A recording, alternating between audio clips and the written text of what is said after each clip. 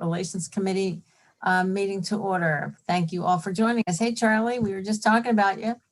Hi. Thanks everybody for being here. Katrina, are there any changes to the agenda or public comment? I have not received anything. Okay. All right. Thank you. A change to the agenda is just that Jason Molino is stuck in interviews today. It's not stuck. He's assigned to interviews today, so he won't be with us, but we can still talk about some of these issues and where we go with the state. So Charlie, Susan, table is, floor is yours. Happy to hear. There's nothing going on in Albany, right, Charlie? Nothing. Same old boring Albany. I don't know if you want to cover that. I mean, you know, I've been around long enough that I remember the Spitzer meltdown.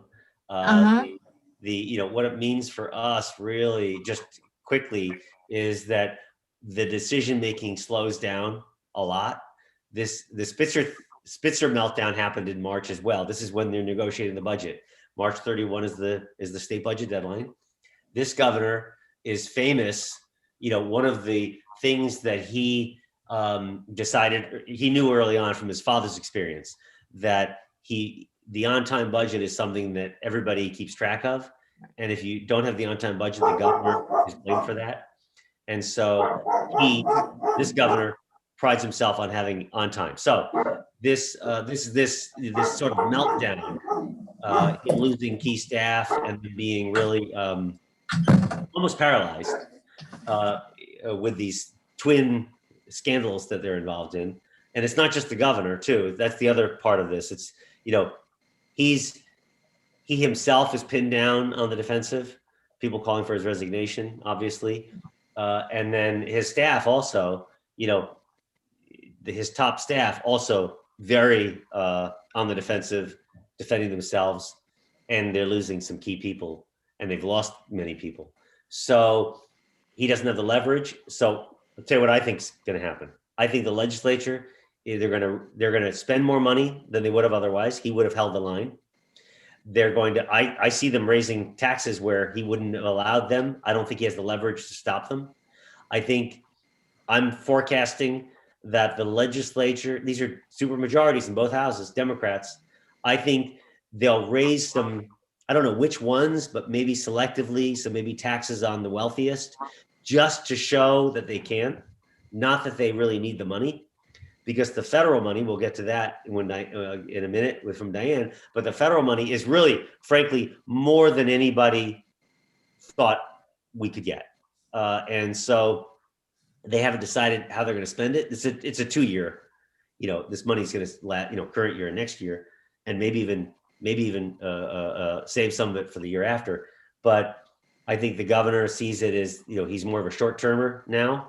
And he's not negotiating from weakness, and the legislature has a lot more leverage, and I think they're going to use it. And how do you use it in the budget? Well, what are your priorities? And I think a lot of these progressives want to raise taxes on the wealthiest, and maybe in other areas, maybe business taxes. I think he would have held the line.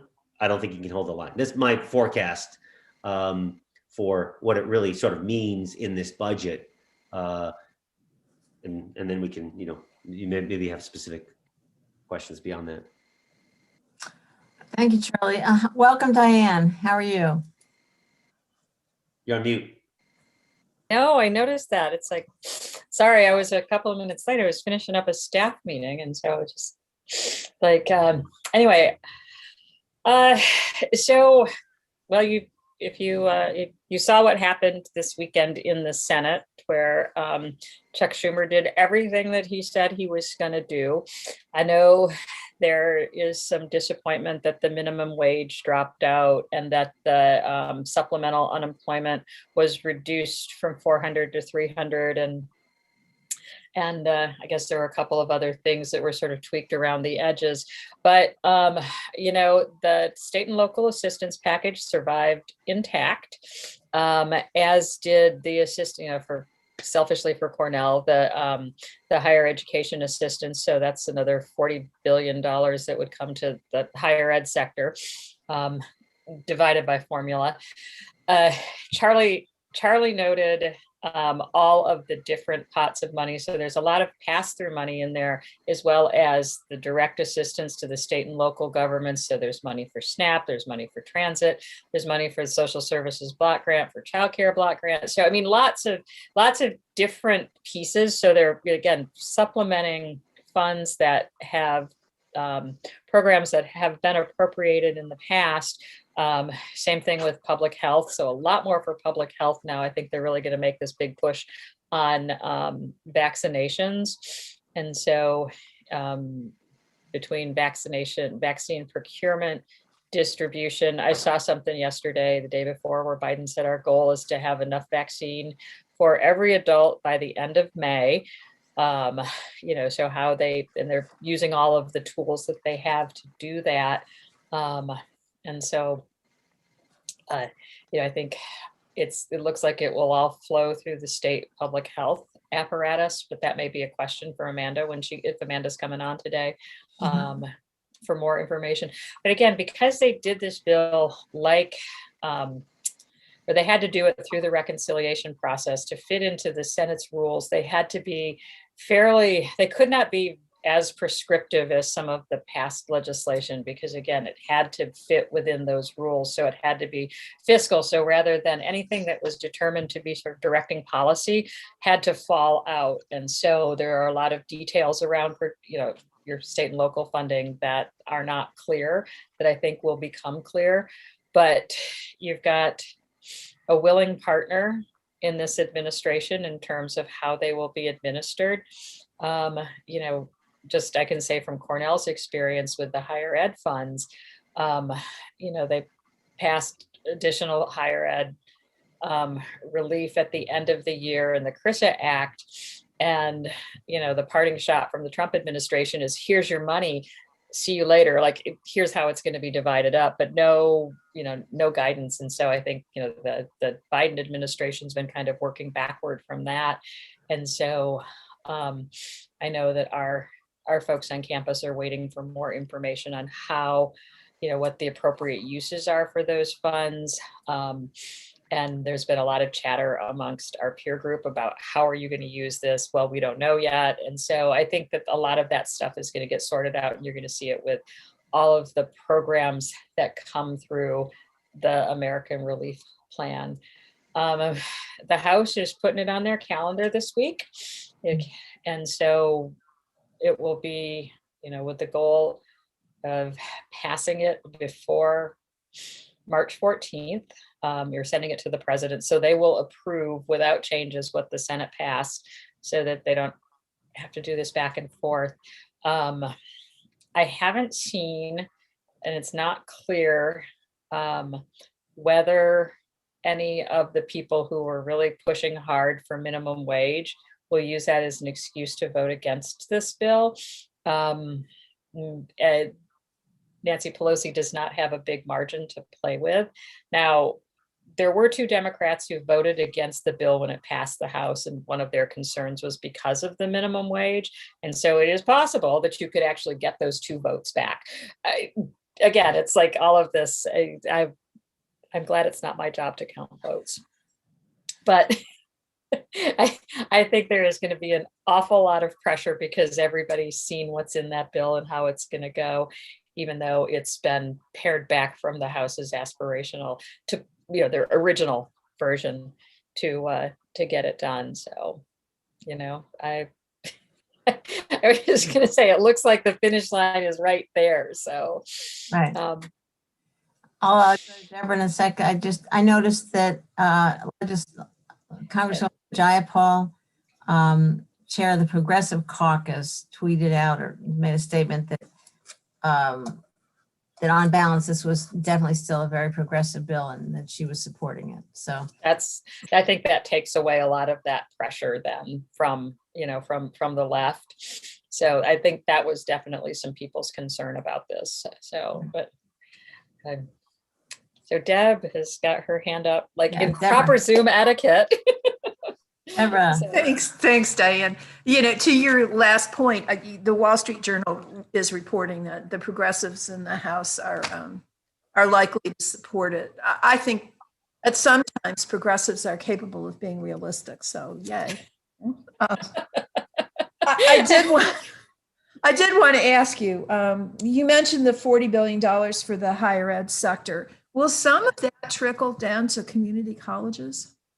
Yeah, so it's distributed by a formula based on weighted heavily toward an institution's Pell Grant population, but also on its total population.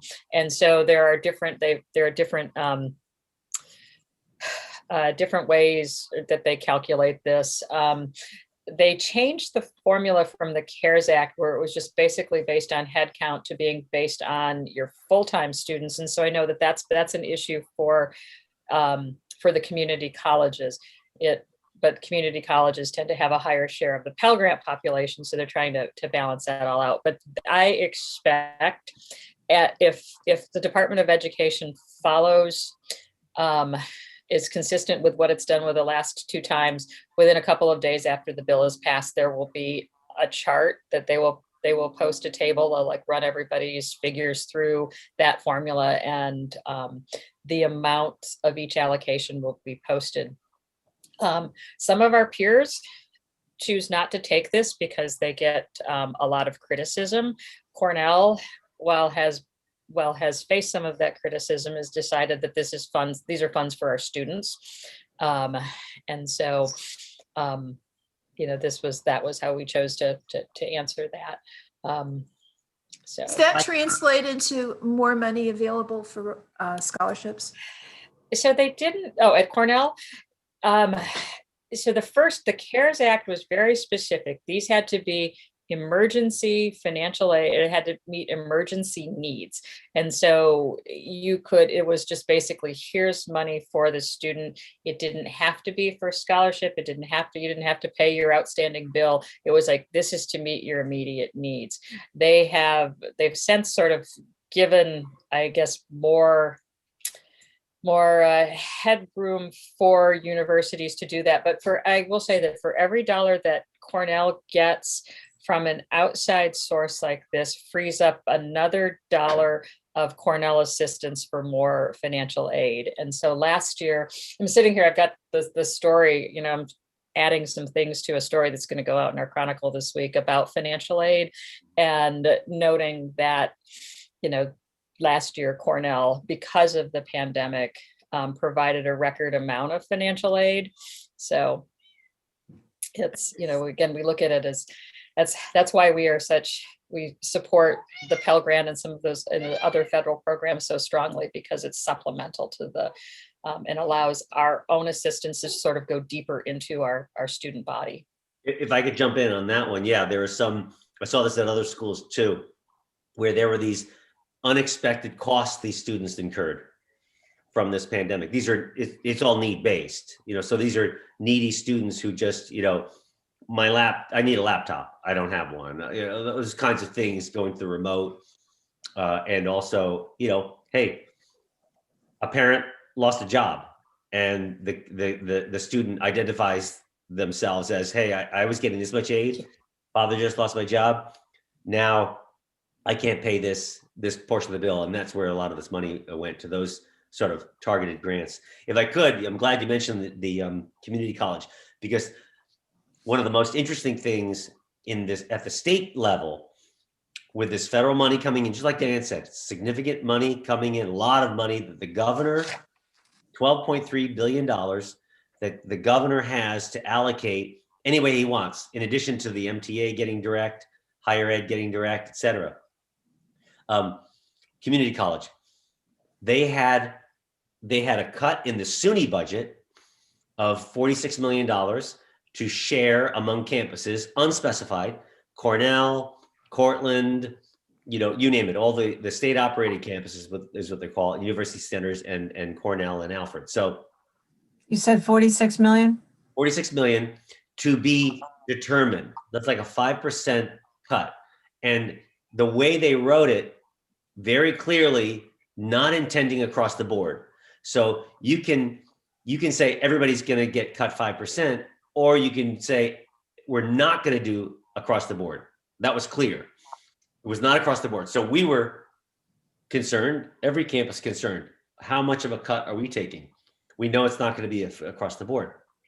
So then, and the governor, of course, very, repeatedly said, if I don't get 15 billion from the state, from the federal government, all these cuts, across the agencies, he says, they're going to stay.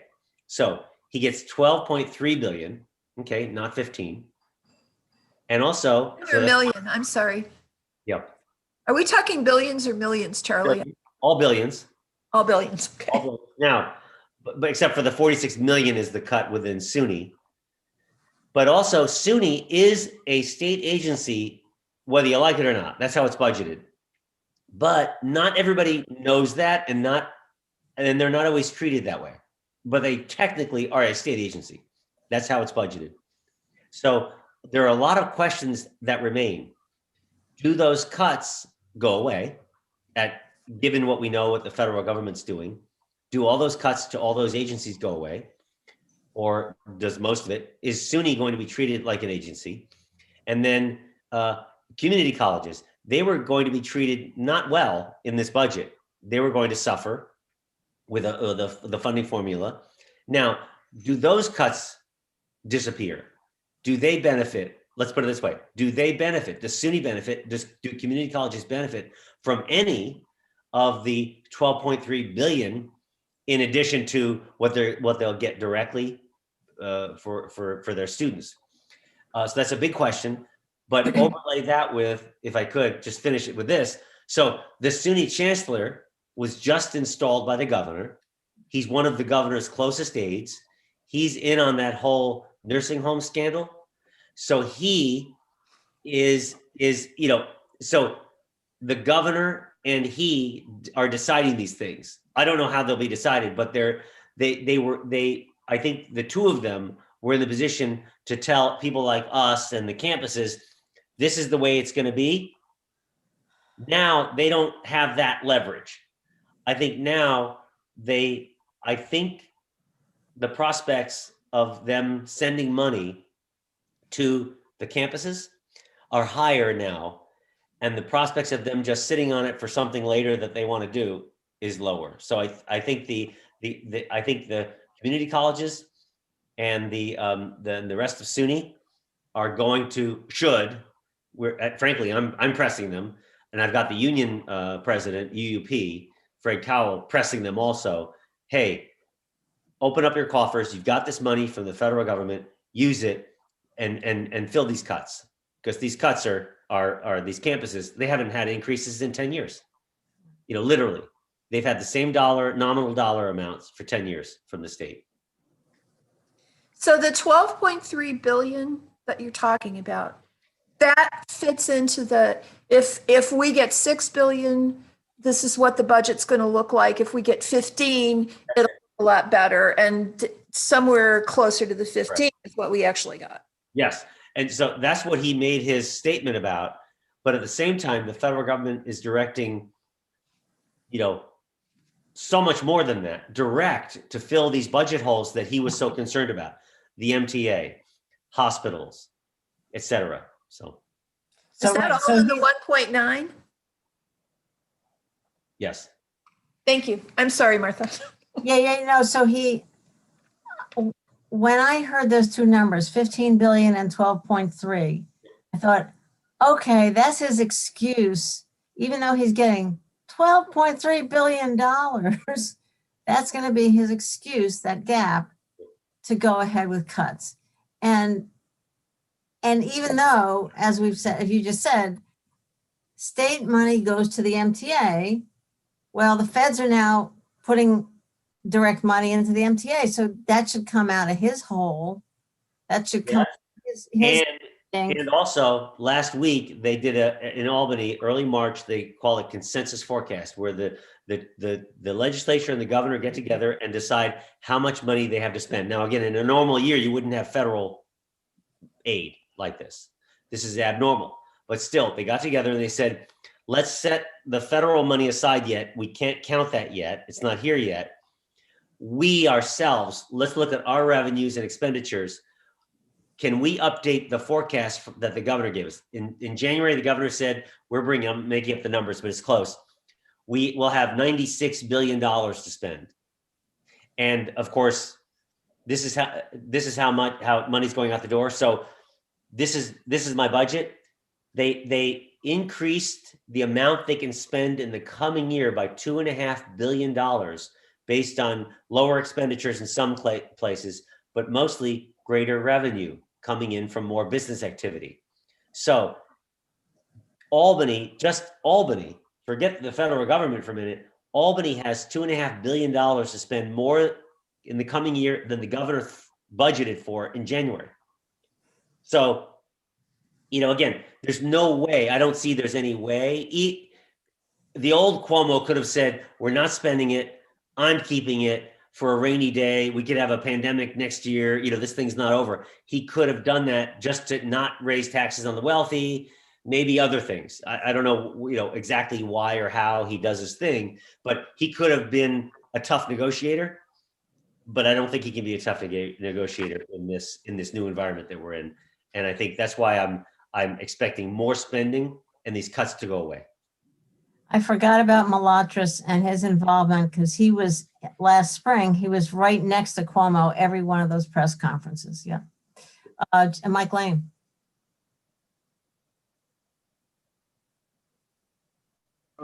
Charlie, thank you very much for talking about community colleges and your advocacy for us with the other folks there. One hamstring that community colleges have, and our local is as well, is the lack of appointments to their boards of trustees. And we've been waiting for a vacancy to be filled by the governor for probably 3 years at TC3. And according to President Montague, we're not the only college. Apparently there's vacancies all over the state that aren't being filled.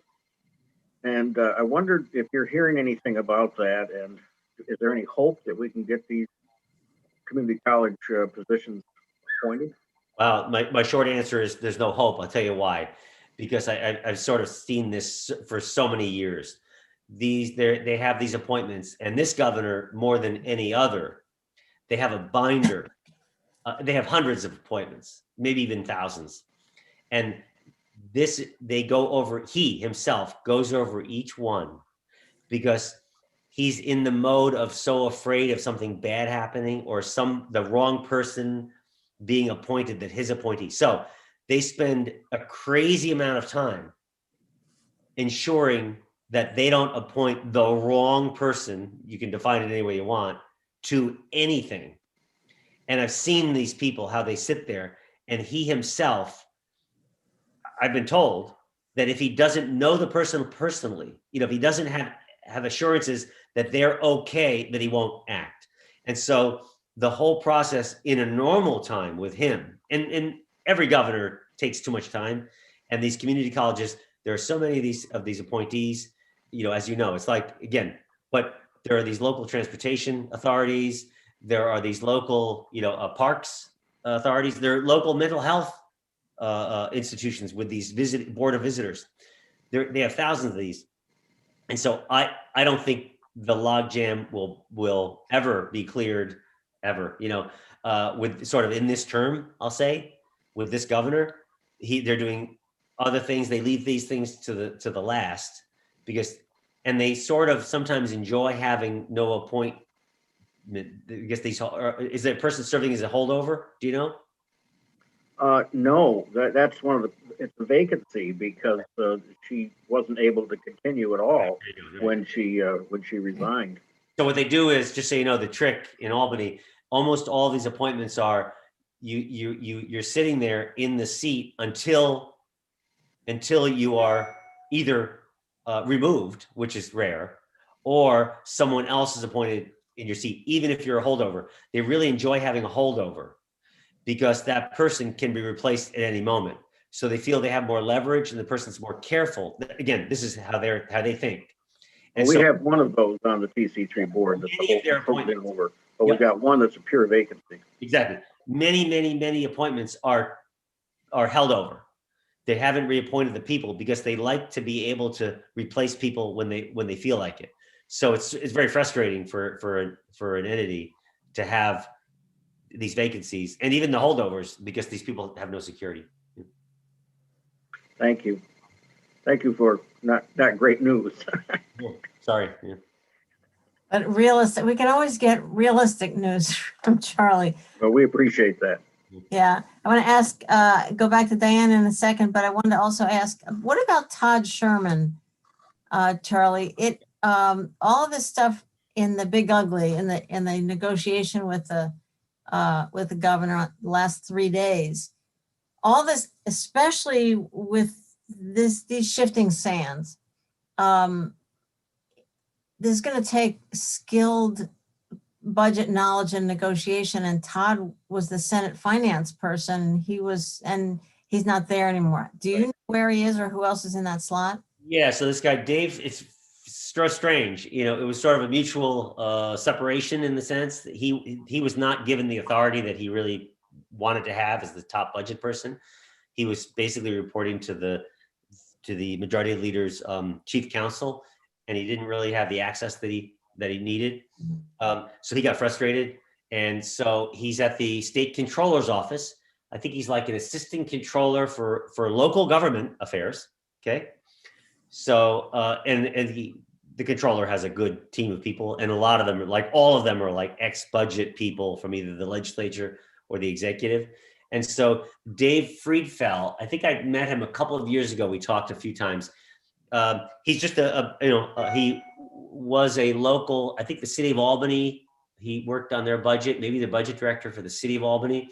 And then he was at the Citizens Budget Commission, which is a New York City based sort of business backed government operations, efficiency in government, and examining closely tax rates, particularly in New York City, downstate. Good organization. So he was there. They hired him. And again, I hate to say it, but I think it's just knowing the personalities, particularly in that house. It's a lot of politics mixed in with budgeting, right? So the budget chief there is, sort of taking orders.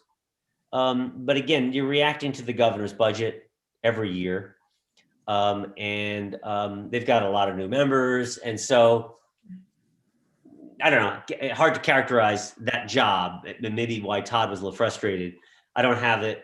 Yeah, I don't want to sort of quote him, but I think, a lot of members and a leader, and they're still, in a sense, organizing themselves.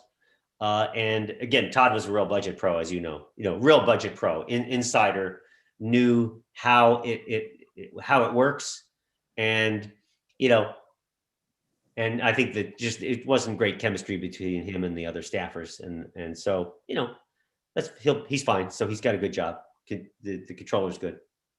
Controller picks up all the great people who leave other branches of Albany. So David Friedfeld is the new person, the Senate finance person. Okay. That's a little worrying in the sense that, as I said, that you want somebody with serious chops to be in the room to take advantage of this leverage. True. Very true. Yeah, exactly. So Diane, I was wondering, hey, Ryan. Okay, great. We'll get right to you, Ryan. Thanks so much. I see Ryan's in the chat. Diane, next up, we all talk about, everybody laughed about Infrastructure Week for the last couple of years. But they're saying that the next bill really would be infrastructure. Not sure where immigration fits, but what's your take on what they're doing for infrastructure? Maybe that one question. Yeah, so I would, if Amanda is planning to join this your meeting, so she's not going to. I would say she would be. Today.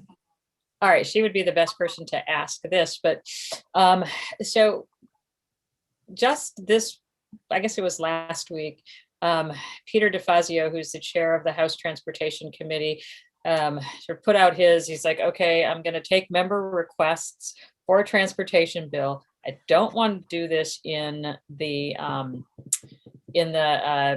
reconciliation process because I want to be able to do these sort of big policy type changes things. And so, he at least right now is making this big push to do this as a bipartisan, big traditional infrastructure bill.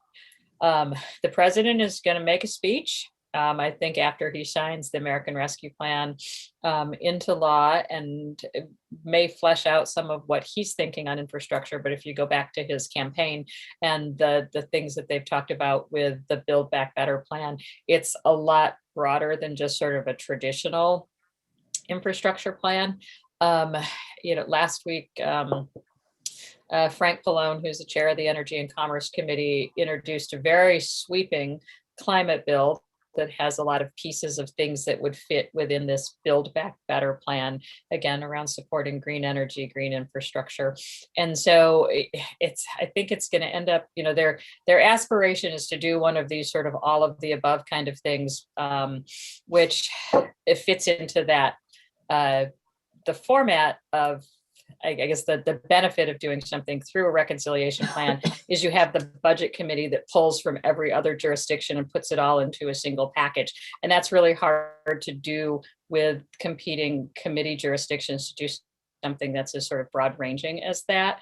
But again, because of the Senate rules, you have a lot harder time fitting those grand aspirations into that that box that fits within the bird rule. And Ryan's nodding, so he knows exactly what I'm saying. So I think that I remember somebody mentioned, a comment that Tom Reed had made about how long it takes to do stuff through reconciliation. If you're trying to do something big and bold like infrastructure through reconciliation, this is going to take all the way until the last possible second, if they do that, because of the difficulty of sort of navigating through those procedural hurdles.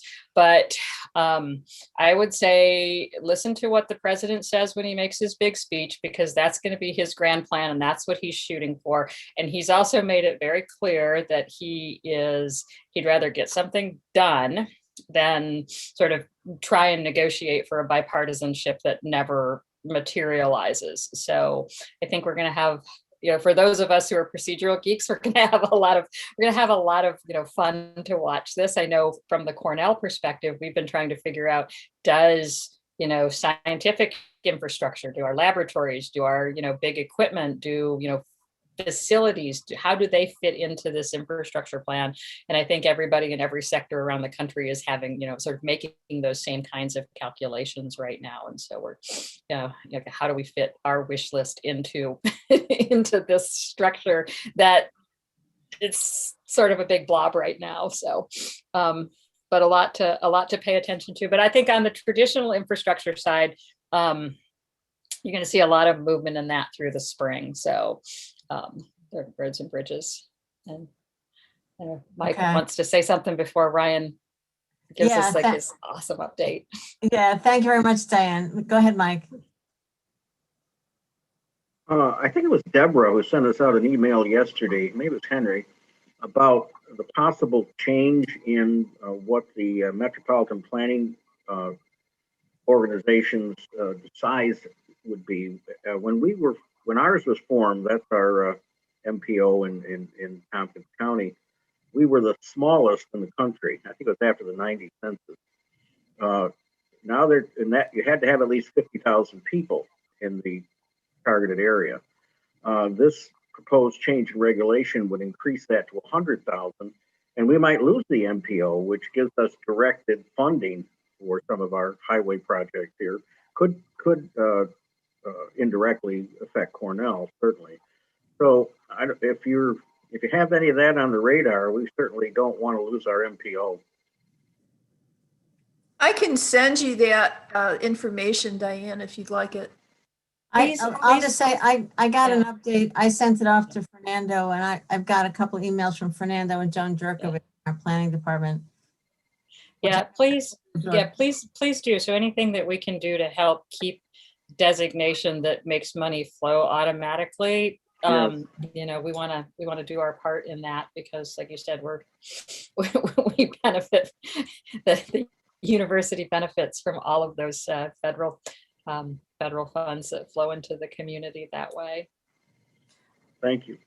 Leah, let me go. I haven't had a chance to absorb what Fernando said, but I think it's not as bad news as it sounded at first. So, but I have to reread it. All right. Thank you, Diane. Thank you, Charlie. Love to have you stick around if you can. And we always love to hear your updates and get to ask you direct questions. This is really helpful. Hey, Ryan, how are you? Hey, Martha, nice to see you. Nice to see everyone. Yeah, so glad to see you on, right before your lobby days when you must be kind of running around doing a lot of stuff. The non-tech lobby days tomorrow and Thursday. Well, I'm happy to see that the U.S. Senate finally came to an agreement and passed the $1.9 trillion package. It's great news for the state of New York, great news for the counties, and both non-entitlement and entitlement communities, municipalities.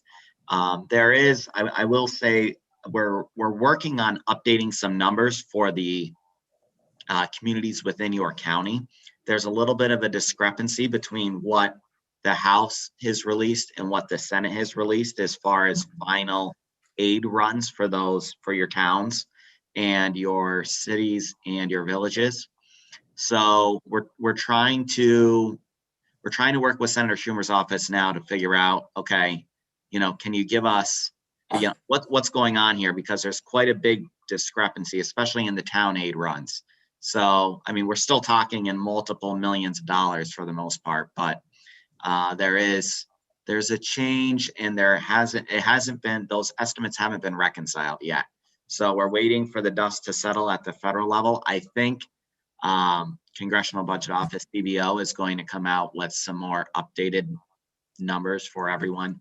So just hang tight and keep that in the back of your mind. The county numbers aren't changing from what we've sent out.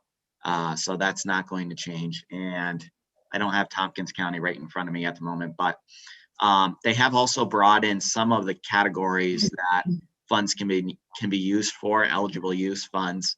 And there is a deadline that the federal funds must be used by December 31st, 2024. In the House version, there was no timeline that they had to be spent by. Now it's December 31st, 2024. The legislation was just delivered to the House maybe an hour ago or so. So it has to go through the House Rules Committee and before it goes through the floor. I don't know when that's going to happen, and maybe Diane knows by now, but I haven't seen an update yet.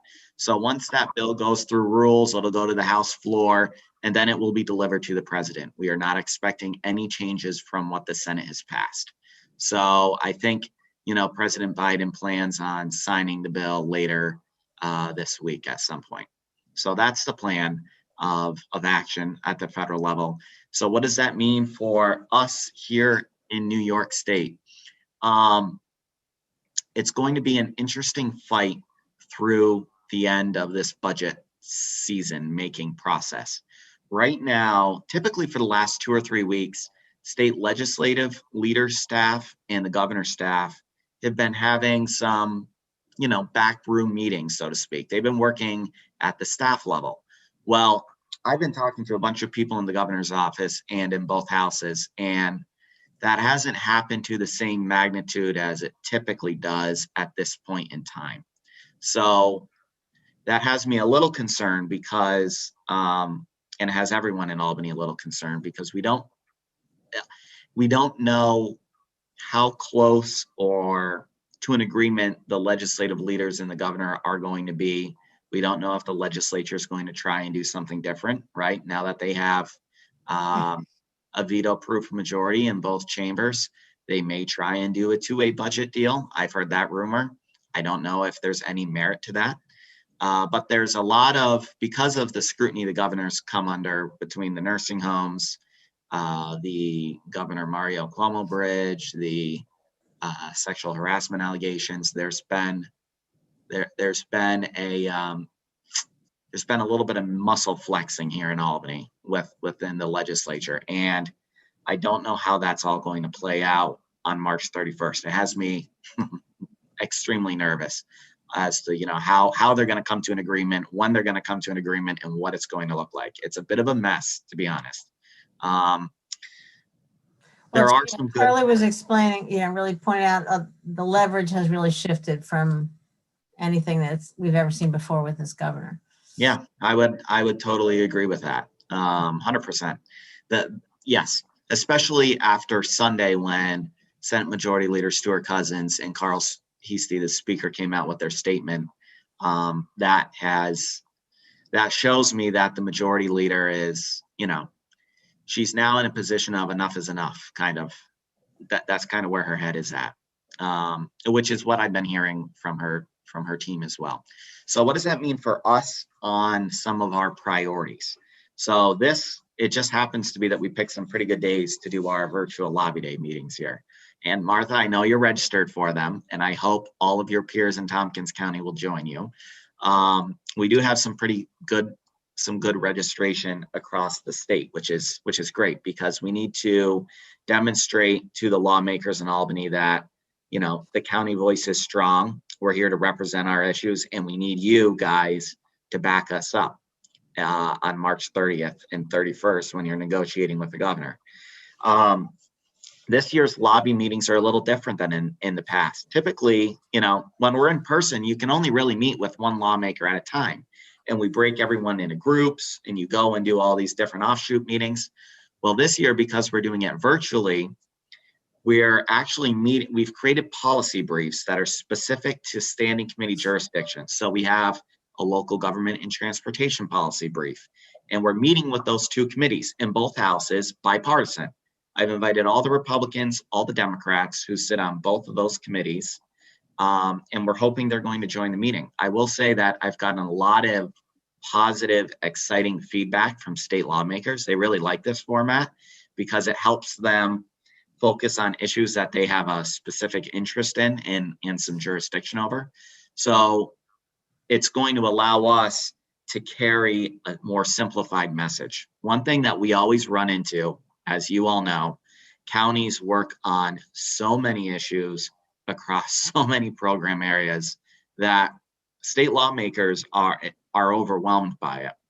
And in talking to your representative now, former legislator Kellis, who's now in the assembly, I was explaining to her this plan, and yes, she understands the county issues, and Matt Simpson up in Warren County, who is a former county official, understands the county issues, but the vast majority of their peers are they're overwhelmed by the magnitude of policy issues that hit and touch on county services that we deliver.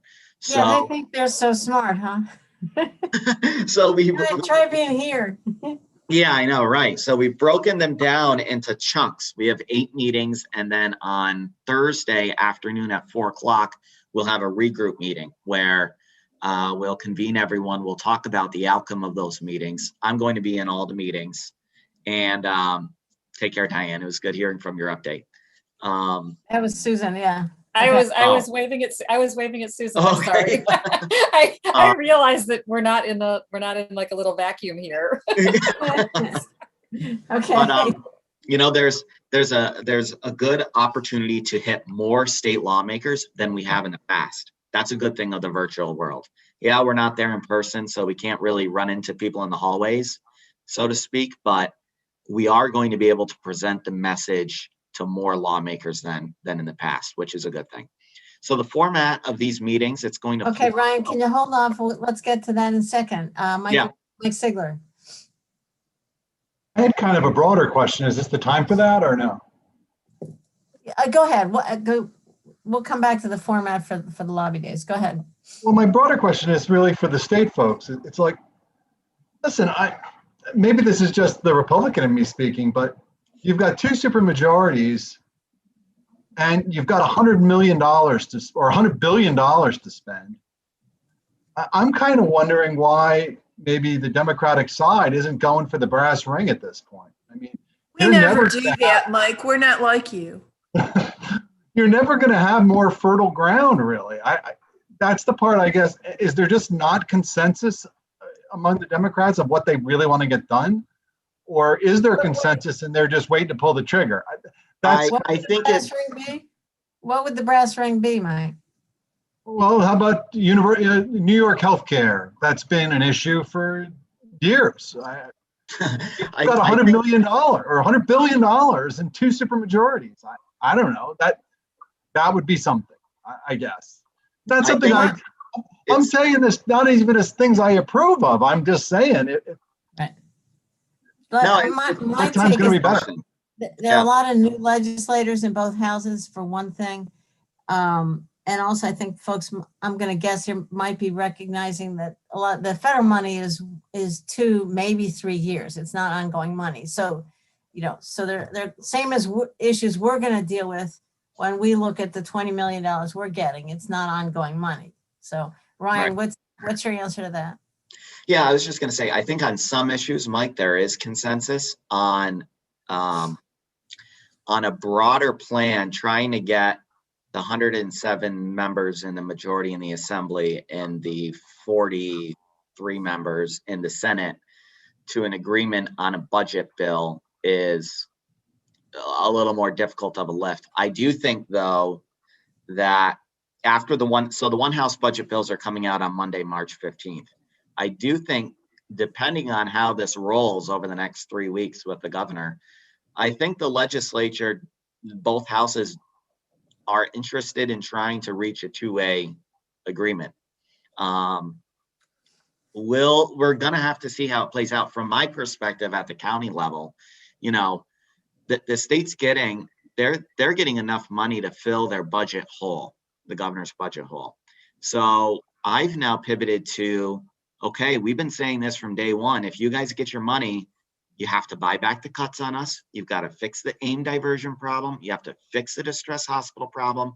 You can't keep robbing our sales tax money to pay for your state programs. FMAP reconciliation.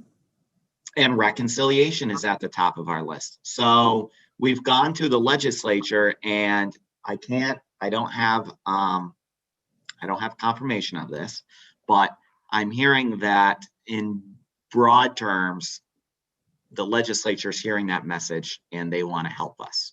I'll leave it at that.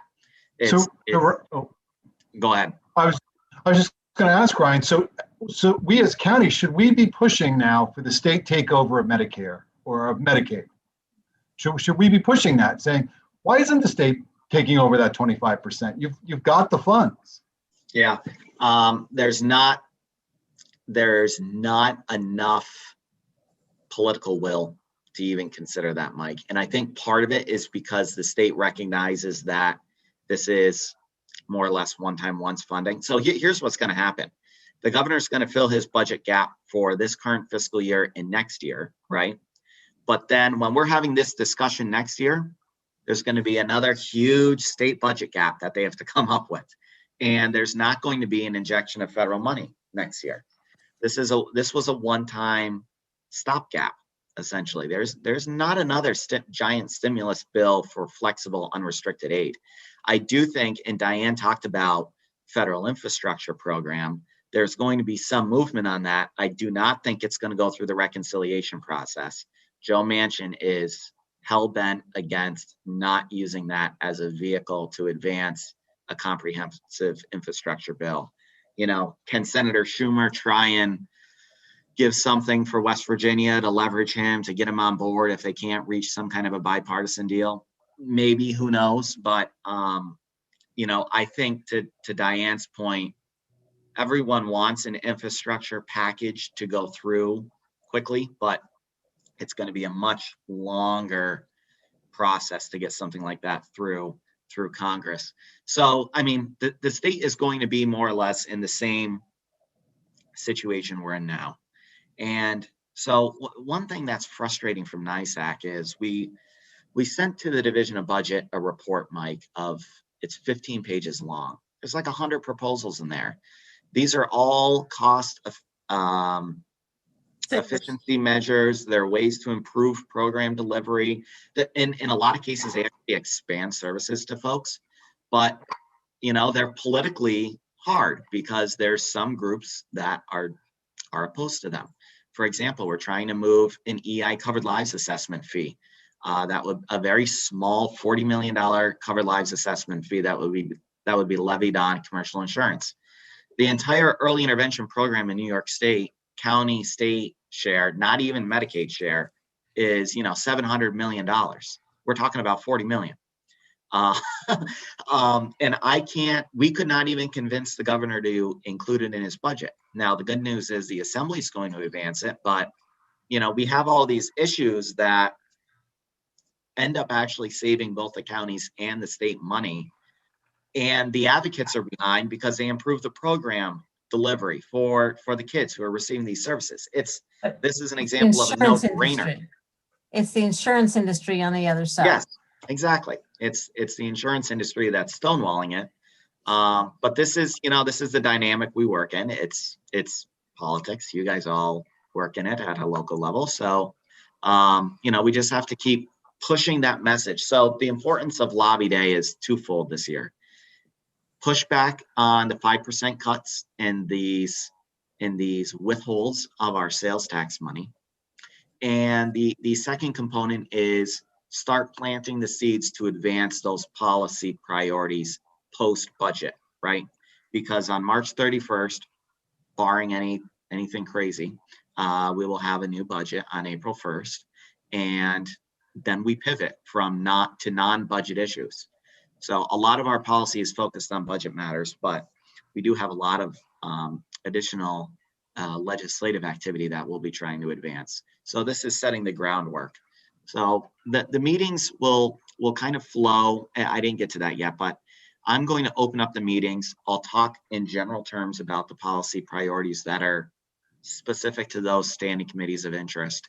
And then I'm going to go around the virtual room to county officials. If someone wants to add something, or they want to add, they want to talk about an issue maybe that I didn't cover, we'll allow folks to do that. And then the state lawmakers and their staff who are on will have an opportunity to ask everyone questions. And it's just going to be a very informal conversation where the purpose of the meetings is to get these issues on their radar, right? Because their one house budgets will be coming out on Monday, and then they're going to be negotiating with the governor. So it's to keep our priorities at the front of their brain, because they're being inundated with all of these other groups and people that are meeting with them. So they get overwhelmed by all these things that are flying at them. So it'll be reminding them of the county priorities, and then what happens after the budget. The trick of it for us, the difficult uphill fight for us, is going to be this message. If I were a state lawmaker, I would ask a county official, well, why should I restore extreme winter weather money, Ryan? That's $65 million that I have to buy back for you.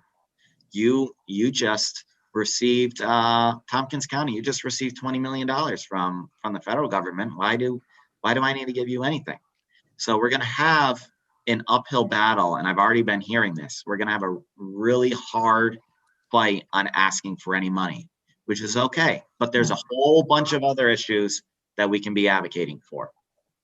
So maybe we lose on extreme winter weather at the end of the day, but maybe we win on sales tax permanency. Maybe we win on judgment interest rate reform. Maybe we can win on fixing this AIM diversion. So there's, we just have to play our cards how they unfold here. But, the legislature is more emboldened, and they are more local focused now. And I think that's in part because of the role that counties have been playing in the public health response to COVID-19. I'll give you a perfect example. Many counties, 17 counties last week, received a letter from Larry Schwartz slamming the county for not administering all the vaccines. All 17 counties went back to the state and said, what are you talking about? We have no vaccines to deliver. We're waiting for you to give us more vaccines. And so we sent a joint letter with NICHO that basically said, this isn't a partnership, what you're doing here. This is ridiculous. And, Larry Schwartz backed off on his comments, apologized, said, oops, this was a mistake. which whatever. But, you know, in sharing that with the state legislative leaders, one, they were already aware of the issue, and two, they basically got back to me and said, yeah, we're taking a completely different approach this year. So we all have to keep that in the back of our minds. The legislature is more emboldened this year than ever before. But at the end of the day, they're still going to have to reach some kind of an agreement with the governor unless they pass a two-way budget and jam him up and do an override. And I don't know if that will happen, but Yeah, but for the first time, that's kind of, I'll just say, delicious prospect that we can consider. there's a better Deborah, chance of that than ever before in my recent mind. Deborah, you had your hand up. Yeah, I'm not sure. I'm not sure I really understand. I guess if we started with a $6 billion budget hole and we're getting 12.3, Yep. and how much did we spend on COVID that we didn't get in CARES funding? You know, it just seems to me that somewhere in this massive influx of money, there should be a way to at least partially, permanently plug that budget hole. I'm just overwhelmed by the number of zeros and why we can't seem to dig ourselves out. That's a complex question to unpackage. And that's why I put my hand down. I wish Dave Lucas was on with me, but part of it is the state has been using for the last 5 or 6 years one-shot settlement funds to backfill recurring expense in a whole bunch of different categories, which has created, that's why we have budget gaps, essentially, is because we're using these one-time settlement funds to just do this temporary Band-Aid to backfill these holes. There needs to be structural reform in the state budget to fix going forward these budget gaps. Now, Deborah, one good thing is, and the legislature and governor were very smart to do this, they came to a revenue consensus agreement last week that only allocated an additional $2.4 billion that's available for them to spend for next year's budget. The reason why they only did 2.4 billion is because they were waiting for the federal government to pass the stimulus program. They didn't want to give them an opportunity to say, wait a minute, New York doesn't need that much money. So it was smart. So they are going to have more revenue because the economic outlook for the state does look pretty good for job growth, for sales tax revenue increases for the next year. So, and PIT in New York City is going to be strong next year. So I do think there is going to be more revenue coming into the state of New York than what they are accounting for, which will help soften the blow for next year's budget gap because they'll have more revenue coming in than they're projecting. But I don't know, you know, we're going to have to see if that's going to be enough to fill the structural budget gap that occurs in out years. You know, part of the problem is they really need to take a hard look at the Medicaid program as a whole because, and I'm not a Medicaid expert at all, but the program is growing at a really unsustainable rate at the moment. And it's not because the state is increasing eligibility for more people into the program. It's a couple of components. One, more people, because of the COVID pandemic and the economic crisis, are becoming eligible for Medicaid.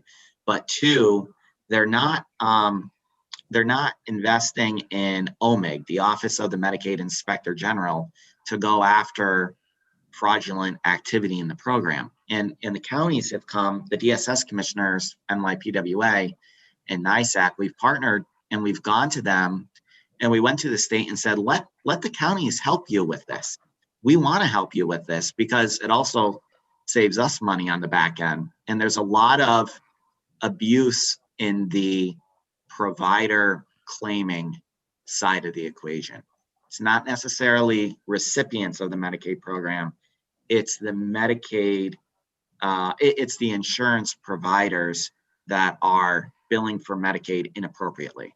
And there's a lot of money that the state could be saving and come down on their Medicaid global cap, but there's just not enough of an effort at the state level to want to try and reform that and fix that issue. So I guess the short answer is I'm hopeful that the revenues will be really strong for the state next year. So we don't have to continually have this fight every single year, which is, go to the state legislature and plead for mercy when the state's coming to attack the counties on something because they need revenue. Okay, let's, Ryan, can we pause and take Mike Lane? Thanks, Ryan. Of course. Hi, Ryan, one issue Mike. that, good morning, and thanks for being here. One issue that we're hearing feedback on is the possible tinkering again with the STAR school tax relief program, pushing it to more people off the for enhanced STAR off the where they get the reduction on the assessment rather than a check, Right. possibly next year. Right. As you know, our county is a leader in assessment because we have countywide assessment, and our director of assessment is terribly frustrated and terribly confused by all the changes here. Are you hearing anything about that? Can we lobby against these changes? Yeah, that's a great question, Mike. From what I've heard, it doesn't sound like the legislature is interested at all in advancing the governor's proposal. So I don't expect it to be included in either one House bill. Now, at the end of the day, will he have enough political capital to force through those changes? We'll have to see, but certainly I would raise that as a concern. If you haven't already talked to Anna and Senator Oberrocker and others, I would definitely do that. But the legislature is not interested at all in moving forward on its plan to change STAR. Not at all. It seems like it's pretty bipartisan, unanimous opposition in both houses. But I don't know where that rises in their level of priorities. I don't have a sense of that. Thank you for that. Yeah. Mike, I just added it to our list of issues to raise with our state delegation. So, Thank you, Martha. which we'll talk about in a little bit. Anybody else have questions or comments?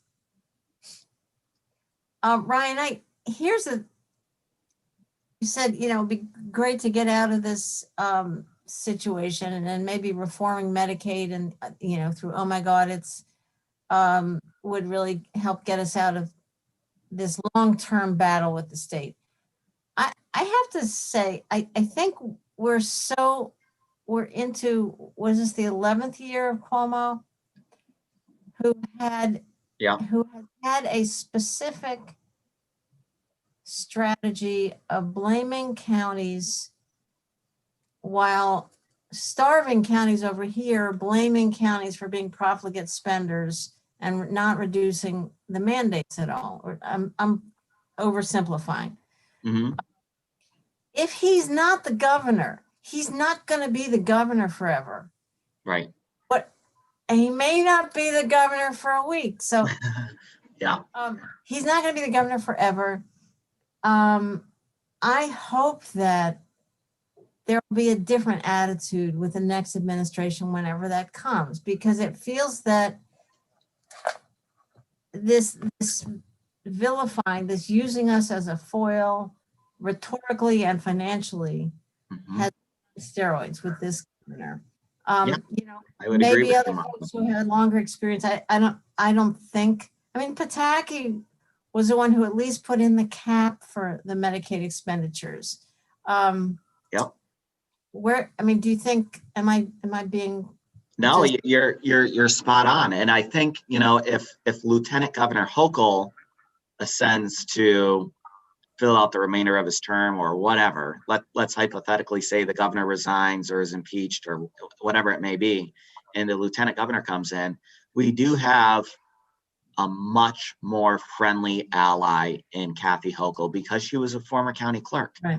And she's really close to Mark Poloncarz, who's the Erie County executive. And that's really, really helpful at the end of the day because she came from the county system. So, and she, you guys have seen her. She comes to our meetings. We invite the governor, the lieutenant governor, and the comptroller for every conference and multiple meetings throughout the year. And I don't think the governor has come in, 4 or 5 years, 6 years, or more than that now. Right. So, I do think we will have a stronger ally in Kathy Hochul. And you're right, Martha, certainly given the political dynamics that the governor's facing now, I can't see a path for him to win re-election if he isn't forced out of office. I don't see him winning a 4th term right now. So yeah, and I think that goes back to Mike's point of, well, can't we focus and lobby on having the state take over their Medicaid program? And I think the answer is, once there's a new administration in place, yeah, that can definitely come back onto the radar screen. For now, I think if we can make adjustments in these other areas and get some other wins, I have spent so much energy and time educating and really getting members of the legislature to feel like we're not only a partner, but we are your service delivery agent. Right. We're providing the things that you want done. The counties are giving it to your constituents, which are our constituents. We're the same entity here. I'm not representing Coca-Cola, who's trying to change, whatever. We're working for counties and the taxpayers and the residents, the service recipients who live in your county, in your community, in your Senate district. So Right. I spent a lot of time getting them there, and I think we're making some headways. I hope we are. The lobby day is, at the end of the day, even if for some reason it were to be deemed not successful, at the end of the day, we're presenting them with what are the big things that are important to us. How can we continue to work together with you guys? And by the way, here's what a county does. And that's a win to me. All right, Deborah, and then Mike Lane.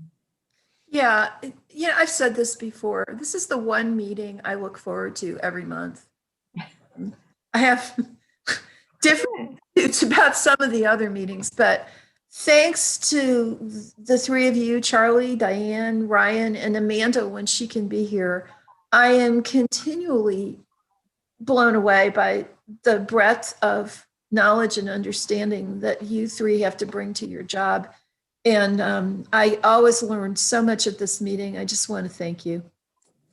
Thanks, Deborah. Agree, absolutely, absolutely. Me too. Mike Lane. Ryan, just on the point you just made, people don't understand that counties, and I'm not telling you anything I know, but counties are really an arm of state government, and it's the arm that the state government uses to get at the real property taxes, through mandates, which without having to have a state real property tax. And that's why we get bounced around, and well, in my view, and you may agree or not agree, but I think that's the big part of it. And one thing, Mike, too, is we have a very regressive tax structure in New York State.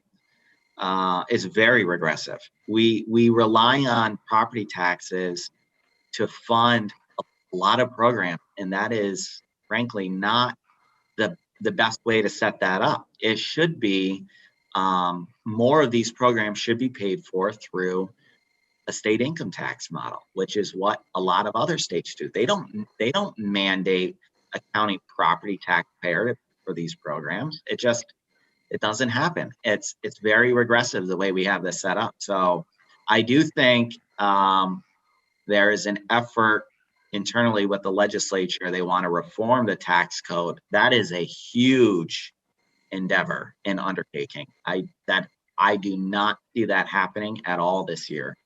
And I also think, one argument that the state of New York continues to present, and they have some legitimacy in this request, is there needs to be a more uniform federal income tax code, a more progressive federal income tax code to pay for federal program. So some states aren't compensated more fairly, so to speak, than others. The governor, he does, there's legitimacy in that argument that he makes. And again, I don't know if that's going to change at a federal level or not, but certainly if there was more relief from the federal government, if they were able to rebalance their tax code, it would alleviate some of the pressure on the state. The state passes the buck to us, the federal government to an extent passes it to the state. It's a trickle down effect. And we get to kick the dog. That's what happens if it gets down. Yeah. And we're the kind of the last rung of it, so to speak. So I think Cuomo has made a really good point. And let me just say, you don't wish anyone ill. You don't wish bad things to happen to anybody. And what's happening, the treatment with women is appalling. But all the other stuff, I'm not like rooting for him to leave so that we can, have a better stance with the state. The whole thing is really a tragedy, and I wish it weren't happening. He's just an imperfect human being. Well, like all of us. So, Yes. yeah, but Ryan, you're sounding like a goddamn liberal here. So, not. And I'm reminded of back when in the early 2000s, if people on this call think Medicaid is expensive now, Mike and especially Mike Lane will remember before there was any cap at all, and it was completely Katie bar the door. Counties were paying, millions. Huge. We had no double-digit property tax increases to pay for a Medicaid program. Absolutely, Out of control. So this is a couple of things. One is you're absolutely right that there's an imbalance among the states, and Cuomo has articulated this strongly, and I agree with him that New York State taxes our residents more responsibly. You can argue about a lot of it, but we tax more responsibly to actually pay for things, and other states get away with not having taxes because the federal government comes in and saves their asses. And it's a matter of I agree that there should be more consistency. I wish other states were as responsible as New York. Well, one thing we're advocating on for everyone, and this would go a long way in helping counties and the state. The way the Medicaid share is set up at the federal level is because they look at your state's average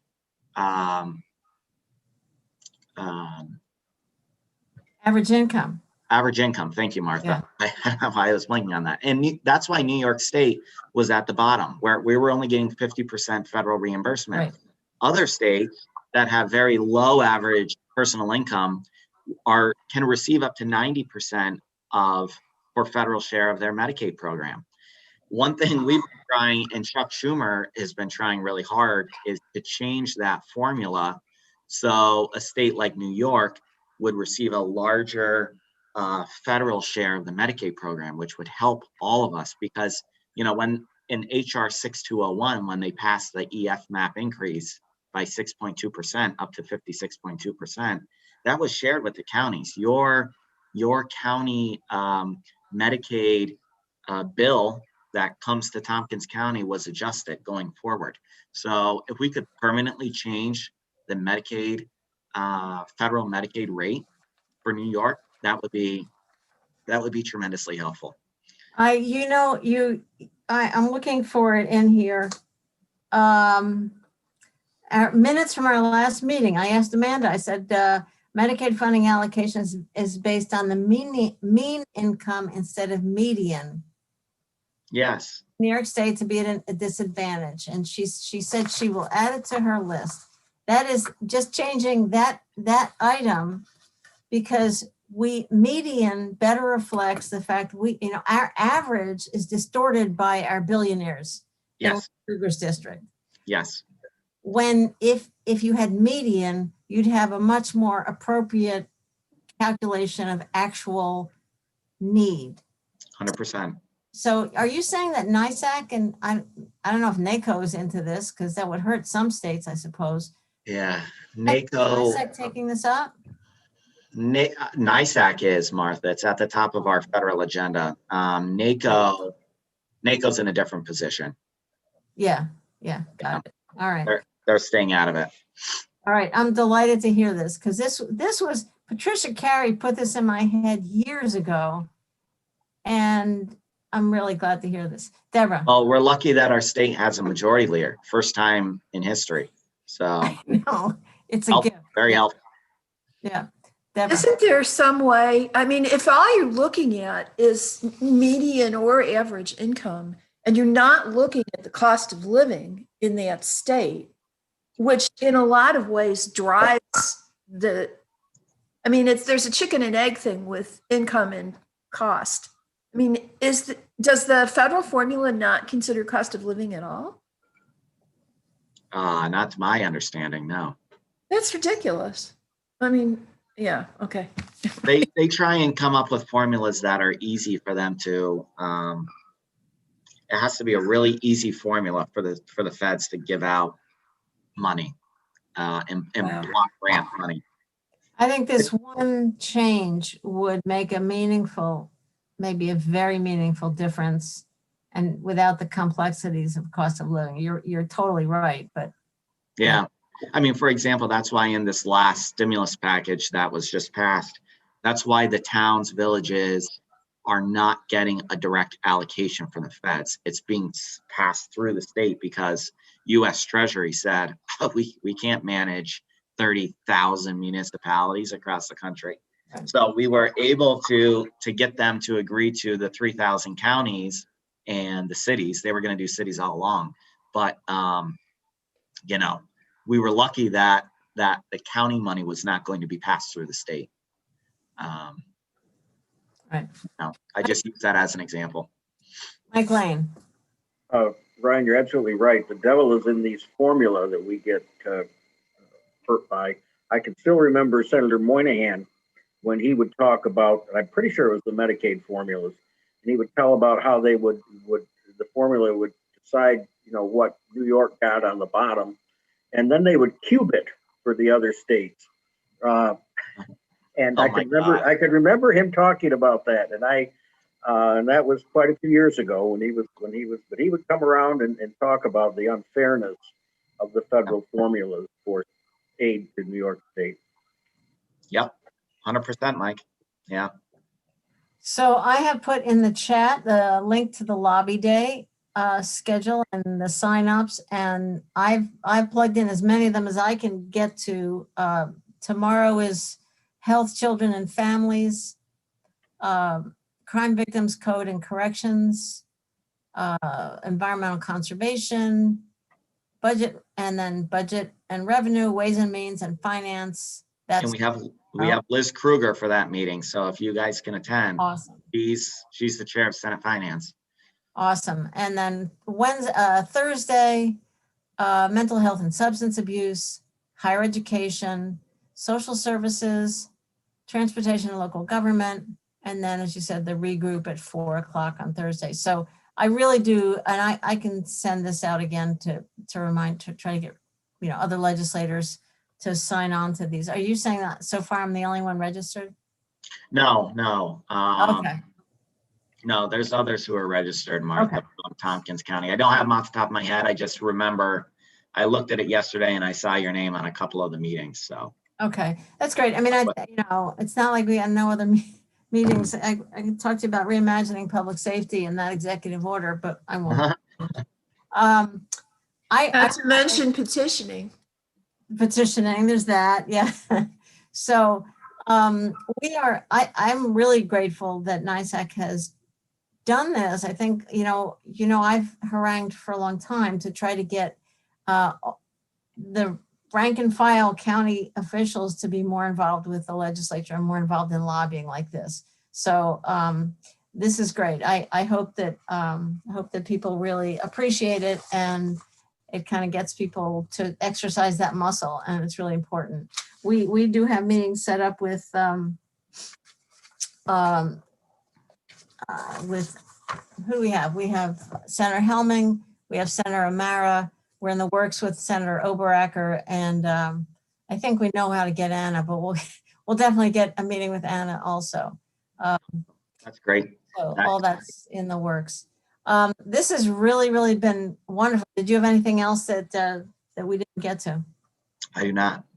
Okay, Charlie and Diane, any questions for Ryan? Anything? Any comments? So I'm getting ready to sign off, but I just want to wish you all the success in the world at your lobby day tomorrow. I'm in awe of the fact that you're able to get 2 or 3 members together in the same meeting. We haven't cracked that code at the federal level yet. Yeah, I know. I was going to brainstorm with you. I'm trying to, I've actually organized a New York bipartisan delegation meeting, and we'll be inviting folks to that. It's going to come up in April.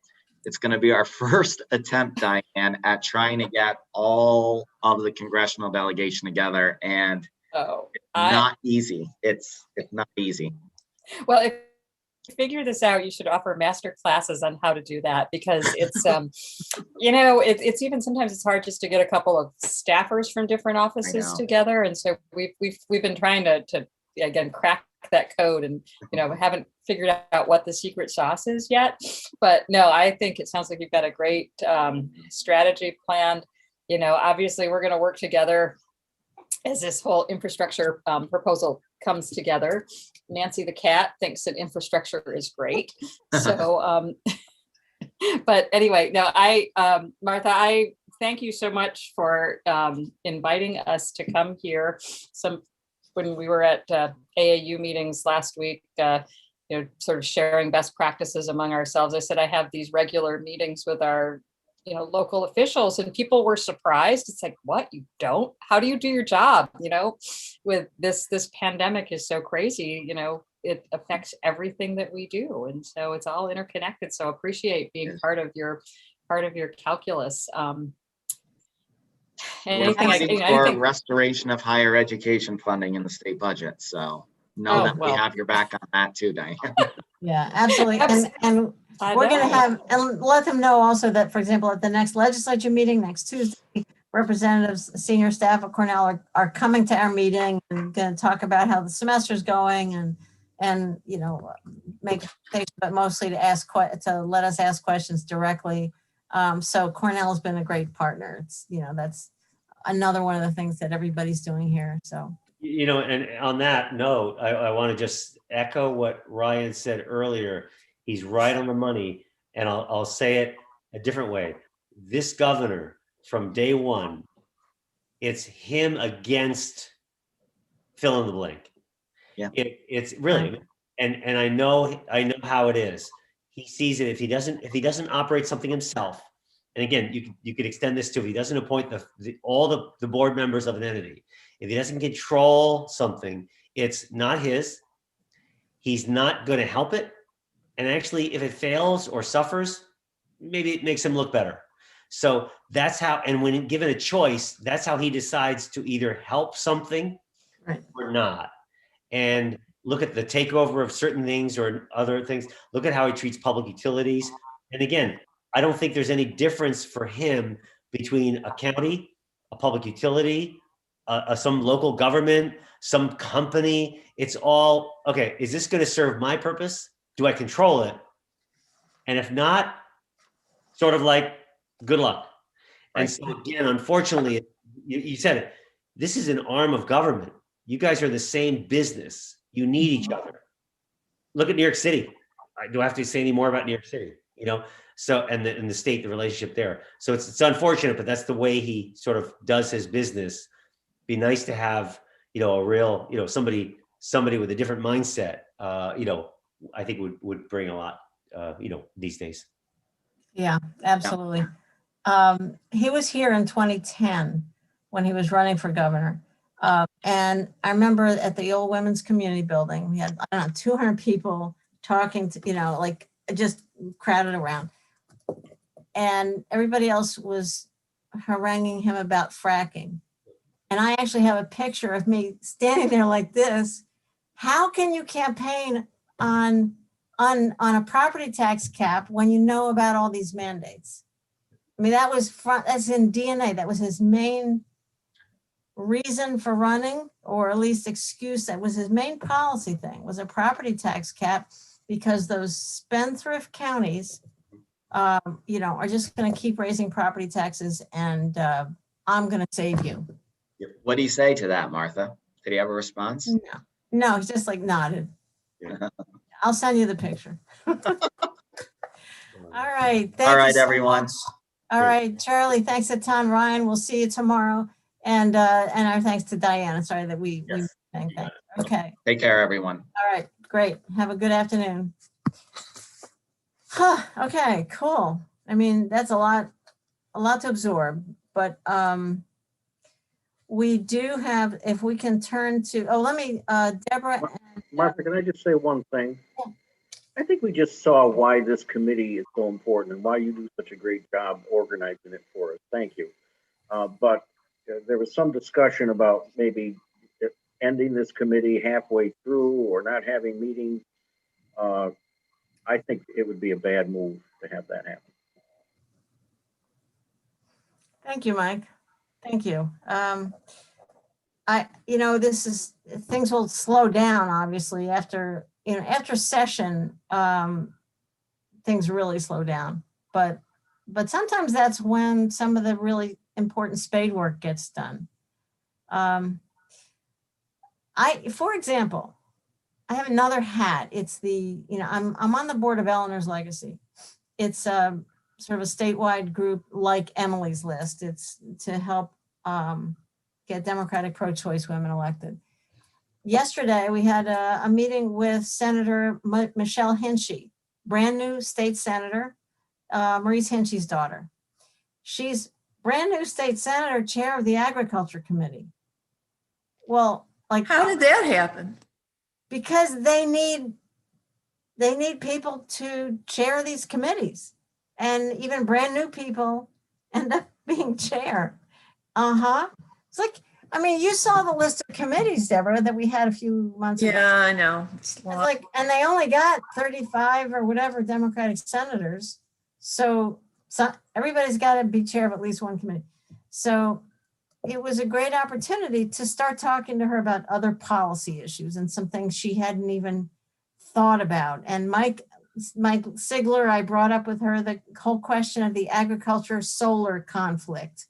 And I'm going to send her some information. So this is the kind of stuff we can talk about after the June session is over, to really try to, I'll dare say, educate our state delegation, when it's a little bit less time pressured than it is before the budget and before the session's over. So I think if y'all are interested, we can keep doing that kind of stuff. Deborah. Yeah, well, Ryan mentioned the fact that we're going to have to pivot. Once we get through the issues with the budget and how the state, handles the budget and raises revenue and distributes the federal money. Once we get past that, we're going to have to pivot to the kind of changes that it can make to start running more lean and mean, among other things, to stop taking it out of the county's hide. So I think there's a reason to keep moving on this, even after budget season's over. Yeah, I agree. And Mike, I think what's interesting also is the interaction between them. They, like, Charlie and Diane really stuck around, wanted to hear what Ryan had to say. They all want to hear what Amanda has to say. So it's turned into it's been some interesting dynamics. So I agree. awesome. All right. So if we can turn to your proposed issues is the next page in your agenda. I will mention, Deborah, before you got on, we do have an appointment, a possibility with Peter Oberacker on March 26th. I'll send you that info, and so it looks like we could get that one set up, and then we'll push on getting Anna. So, so proposed issues. I mean, there's Excuse me, Martha, are you going to send out a list of when these meetings are? I will try to join them if I'm available. yeah, happy to do that. Yeah, Brittany's been really bird dogging all these appointments, and thank you so much, Brittany, for doing that. I know some of those offices can be kind of slippery. So, all right.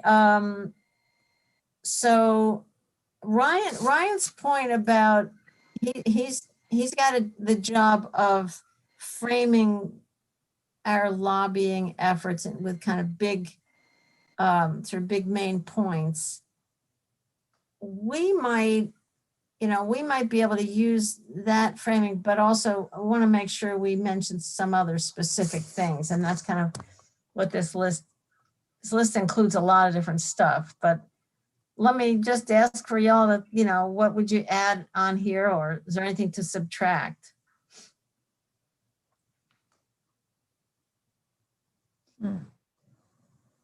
Some things and what we've done in the past is we'll put together an agenda and then attachments that support each item. So for example, the items at the bottom here on broadband, I would just attach our resolutions to the agenda, the resolutions we just passed. And we may not even say anything about it, but they're on the list. We just want to bring this to your attention. So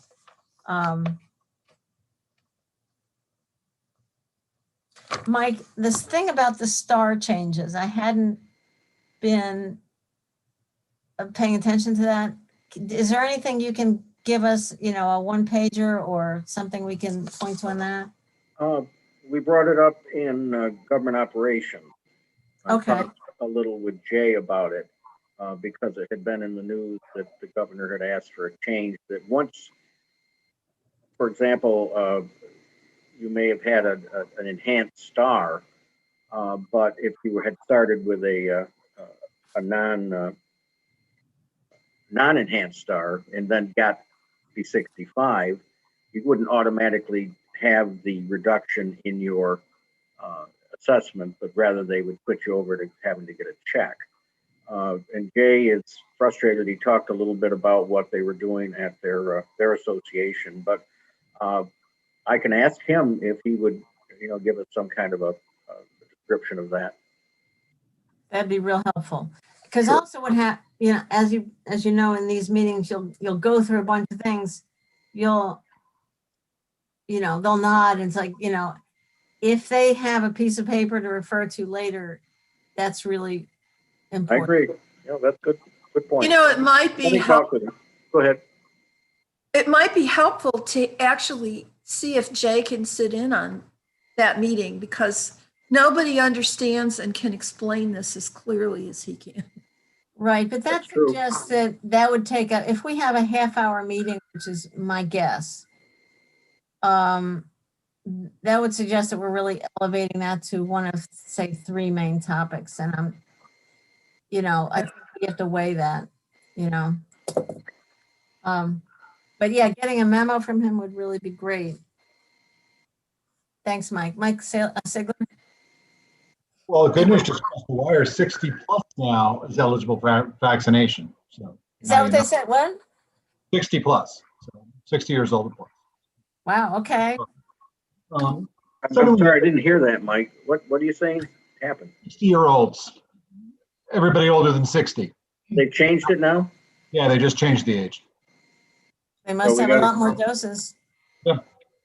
We knew this would happen, but it's great to see it. Yeah, Yeah. no, it's So nice. hopefully they'll send out another robocall from the registry. Hopefully. As for the list, yeah, we have a lot on here already, but yeah, I mean, I'm already talking to these guys about utility scale solar. I've taken the approach that I'm not against it per se. I would like it not built on top of houses. So, it's one thing to put, 1,500 acres out where nobody lives. But in Lansing, I mean, a lot of people are living here. So we're just looking for like bigger setbacks, things like that. I mean, obviously vegetation stuff. I mean, I look at how one person was so unhappy when the DOT facility was built up on Warren, and rightfully so. I mean, it impacted them the most. At least the state there did some mitigation efforts. I mean, these things are big. I mean, if you look at the dryden arrays, we're talking 50 acres. I mean, these are 30 times the size of them. 3 Ithaca Tompkins airports are going to go in to one area. So just something, I mean, the ORES regs just came down. I was really hoping that they were going to put in bigger setbacks and things, and they didn't. They left them like 100 feet from property lines. So that was disappointing. But I think they're trying to defer those kinds of decisions to the local planning boards and governments. I got the impression that that's why they did that. well, then that's something we really need to tell our local planning boards, because I'm looking at the planning boards and they're like, well, we don't really know. Anything we pass, they think is just going to be overridden by the state. So that's what they think. I'm just telling you what they think. I also disagree with that philosophy, Deborah.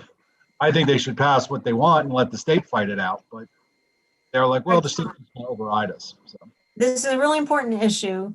I think as a structural matter and how this relates to meeting with our delegation. And remember, ORES is regulating. They passed a law last year to set up ORES, and they're going to be, handling that. Our delegation is not in the mix on this right now, but where they are in the mix is the question of amortizing the costs of interconnecting to the grid that we've raised in a bunch of different ways.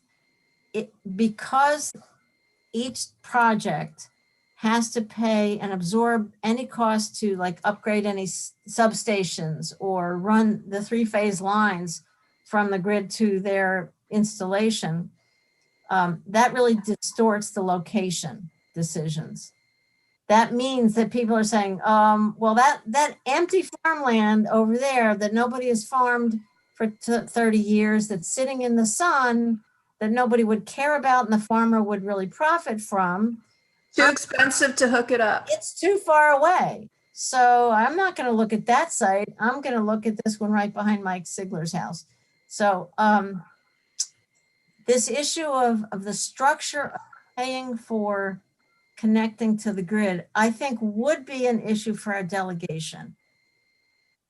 If I can frame it that way, that it's a way of, and I talked about this with Michelle Hinchy yesterday, and she wasn't aware of this thought at all. But that is a structural issue that the legislature could affect. So how about if I develop Put that under your CLCPA heading, Martha. That's a good okay. one. Okay. All right. Okay, Mike? Yeah, that would be Yes, great. Okay. Both Mike said okay. Sorry. Got it. All right, Deborah? Yeah, I was just going to suggest, Martha, under the state budget, we ought to pick like community college funding, STOA funding, sales tax diversion. Those are the 3 issues that really impact us here the most. Mm-hmm. And I just think we only have half an hour and we ought to hit hard. I mean, you can mention the other ones at the last minute, but those are the ones that we're really concerned about. I agree with that. You really want to highlight those. I mean, in a sense, the sales tax diversion it's part of the NISAC message. So it's easy to reinforce that. And then to say, in particular, we're really concerned about, and we should explain the head count versus FTE issue. Because actually at budget yesterday was the first time I really got it after Bill explained it at budget yesterday, which was very helpful. And of course, hammer on the fact that no matter how many students they have, they still have to maintain their buildings and. Right. Right, but I think it was interesting, the point about being open enrollment, where they just really have to take anybody who has a GED or a high school degree. And that means a lot of services that other colleges don't have to provide. Could you get a little more detail on the STOA funding, Deborah? Is there? Yeah, I'll get what I can from Dwight and Rick Andrasik and Scott Vanderpool. Awesome, great. All right, I'll find out from Jason where our FOIL request is. Probably we'll tell them about that. That'll be fun. Anything else? The raise the age. Now there are all these under public safety. The stuff about civil service and discipline. These are obviously not budget issues. Raise the age could be, but I might.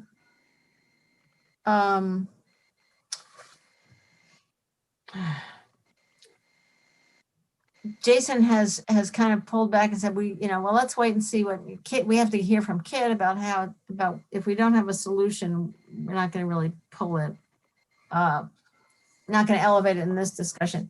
Maybe what we do is, if this seems okay, I'm looking at it now.